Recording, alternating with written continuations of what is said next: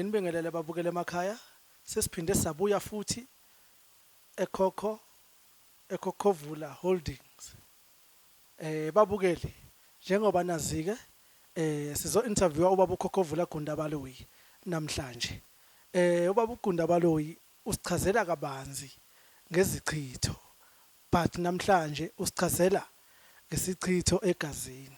Ukuthi kahle kahle isichitho senzani, uyena kwazi kahle njengomuntu osebenza ngazo lezi zinto. Baba uGundabaloyi, sizocela ukuthi usichazele ukuthi zihamba kanjani izinto ukuze abantu basizakale, ngoba abantu la ngaphandle baningi baneyinkinga, bayafuna ukusizakala.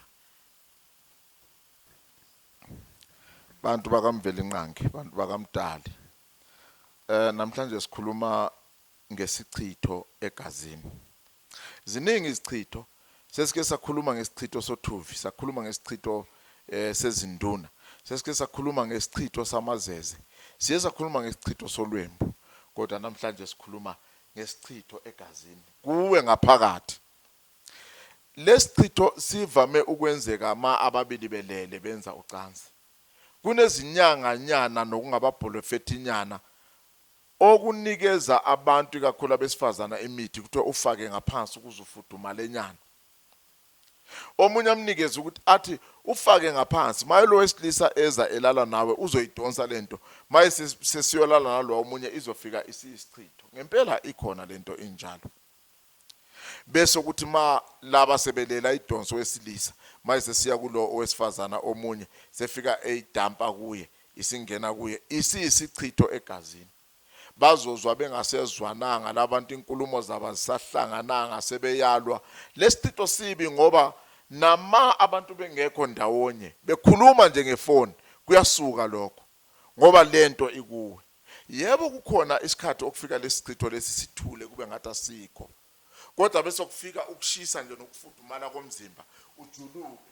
Ngesikhathi ujuluka siyabuya namanzi omzimba sizohlala ngaphandle, kuzothi kungenzekanga lutho kuvele kususwane kusukelwane kususwane la endlini kucishe kuvele ngisho nethuna. Kuyisichitho egazini, uyabe uchithiwe kodwa lento uhamba nayo ayisali la ukhona ikhona nawe ikuwe ngaphakathi. What are the dangers of ischitho egazini, and are there any physical symptoms? Isichitho egazini is very dangerous. Actually, this phrase name, isichitho egazini, means curse, spells, or magic in your blood, in your body cells, in your body fluids, white or red. Now, where it comes dangerous, it's when the body feels the heat, you'll sweat. And then when you sweat, it comes out on the skin. And by that particular time, a person or your person or a friend or a loved mate will look at you and just feel bad about you and see you like a certain ugly animal and feel like he can break your neck, break your face. You won't be actually wanting to see you. Your presence alone will be irritating him. He just seemed to get angry with you or on you or at you without any apparent reasons that he can explain that this is what you did wrong. And the worst part of it, this person will not want you even when you are not there at a distance, talking on the phone. He will feel irritated about you because this thing is in you within. It takes effect in your soul. It takes effect in your speech. Everything that you actually talk, it comes wrong because your voice alone will come out accompanied by that negativity which irritates that person. Babu Khokhovula Gundabaloyi, ngabe lesi sifo umuntu uyakwazi nokubona uma enaso, and siyaphela yini lesi sifo egazini kumuntu uma sesimngenile? Ngiyithanda kakhulu ungibuza njengokuthi lesi sifo. Yebo, lento iyajika ibe yisifo, kodwa ayiqali njengesifo, iqala njengomlingo nomlingwana oqonde ukuthi nje abantu bangezwani, bangathandani, bangafilani nje sethi ukufilana ngesilungu. kahle kahle ukuze lento bayifake emzimbeni yangasese phecelezi on some or their private parts, basuke benzela ukuthi ihlasele ngisho nemizwa yenu, ucansi lwenu lubhede. Kunabantu abathi mabelele bobabili, omunye angalala nomunye uyasikeka esithweni sakhe sangasese, omunye asubuke nje ehlubeka isikhumba lesesinye sangaphezulu. Lokho kusuke kudalwa yizo lezi izichitho egazini, sifakiwe saba isichitho sokuthi bangafunani nje, bazwe becasukelana, kube naloko nje, base bephinda beyenza lento yaba ukuthi ibe nokuba isifo, iphazamise ucansi. Ngoba kakhulu abantu abachitha abanye basuka befuna bangathandani, bangalali ndawonye, bengajabuleli ucansi lwabo.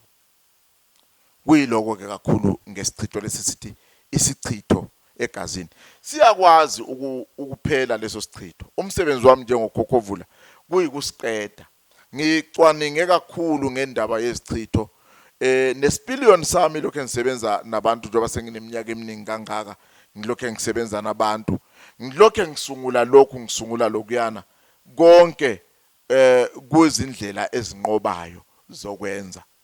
And if we have any more queries, where can we get a hold of you? Khokhovula Traditional Healer on YouTube, Khokhovula Kundabaloyi Facebook, and then you got to be careful on Facebook because there are some people who you find them faking themselves. How will you see or make a difference between me and those comebacks?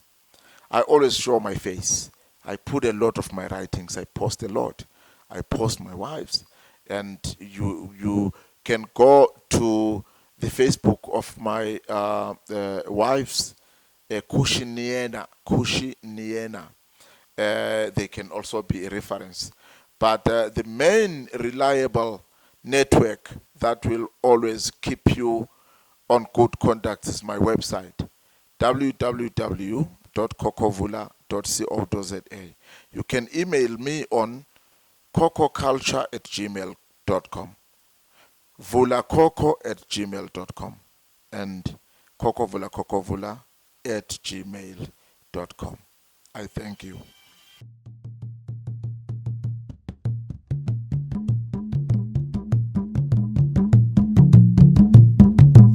Sayibona